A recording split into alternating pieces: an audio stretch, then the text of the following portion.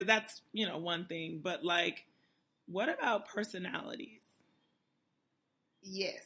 It's almost like you're trying to do matchmaking. Yes. Speed dating. Right. So you remember when I did it wasn't a Sweet Tea and Sunshine event, but when I did the vision board thing at my house. Yeah. Mm-hmm. I thought that everybody's personality would mesh very well. My college friends and my adulthood friends. Yeah.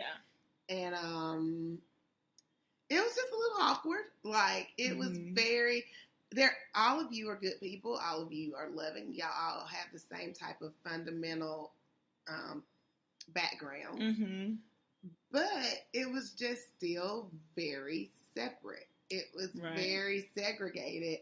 And I guess that's something you have to think about. How open are your friends to meeting new people? Mm-hmm. Are they team no new friends? Or are they, are they open and willing to foster new relationships? And I also think that if it's not the same squad that you travel with all the time, like if it's like this trip, I think it's like some family, someone from here, someone from there. So no one is like, it's not 4 solid girls who travel together all the time. Like if that's the trip you're taking, maybe you don't need to invite any outside people because you already know how it goes. But if it's a mixed bunch, that makes it a little bit easier. So I think with that event that you had, it was 2 groups of people who knew each other really well in their own separate circles. So the mixture wouldn't happen. It didn't. It was oil and water. Like we didn't have a great time, and I definitely recognize there were some really good people, but it was clicked off. Yeah, and I was trying to sit on the seam on the tables in the middle. And I'm like, you need to talk to her, and you talk to her. Yeah. These girls lift me up so much. I wanted them to have some of that. But didn't work. I won't be inviting y'all all together again. I'm glad it was just at the house, not on a trip.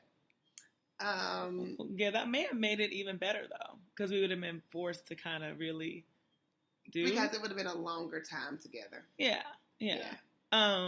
Okay, so that part of personalities, was that it? And then we said that maybe the willingness to participate, like, yes, we climbed Dunn's River Falls. Is that what it's called? Mm-hmm.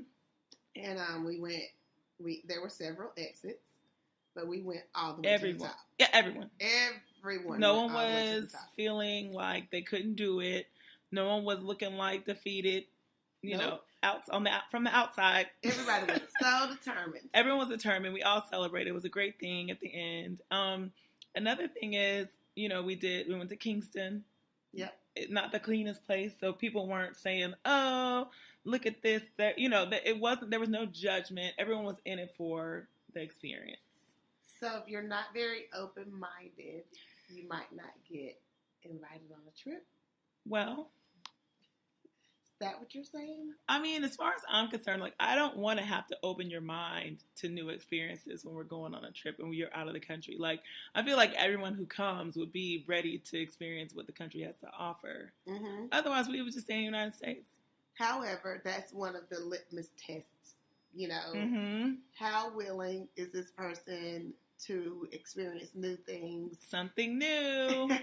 In America, if they're not really willing to experience new things in America, we know good and well you ain't climbing up a waterfall. Right. So.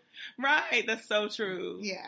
And I really hope for this year for us to be able to create these experiences, like just new experiences through FriendFix in Atlanta or anywhere in the country, that we would be able to like provide these random things that you wouldn't normally do, that you would like have to be invited to go to, because otherwise you're not just going to make that decision on your own. And I think if I could just sum up all of this, I feel like you have to ask yourself sometimes, am I truly living life or am I just living? That's so good. Yeah,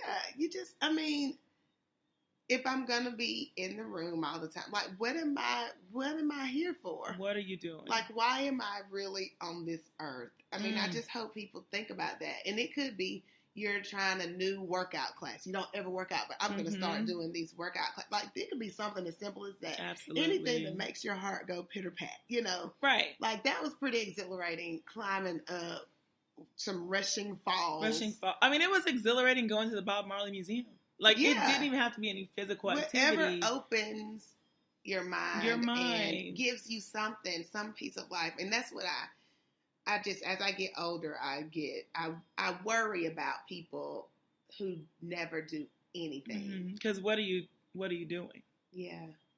And that really relates to everything. It relates to complacency in our workplace. It relates to things you've always wanted to do in business. You've always wanted to open your own business, but you just haven't. Like, I mean, constantly I'm saying you should turn that into something because you're really good at it. But like, how are you really using your gifts? Like that episode about gifts that we talked about. I agree, Keisha. That was a really great quote. I'm going to have you say it again and write it down so I can say Keisha Mitchell said this, because that was really good. Thank you. We have more of our vacation to attend to, so we did want to pause to do this podcast, but man, it's time to go. It's our accent. Time to go. Time to go sip sorrel. Sarah. All right, and that wraps it up. See you next time. Bye.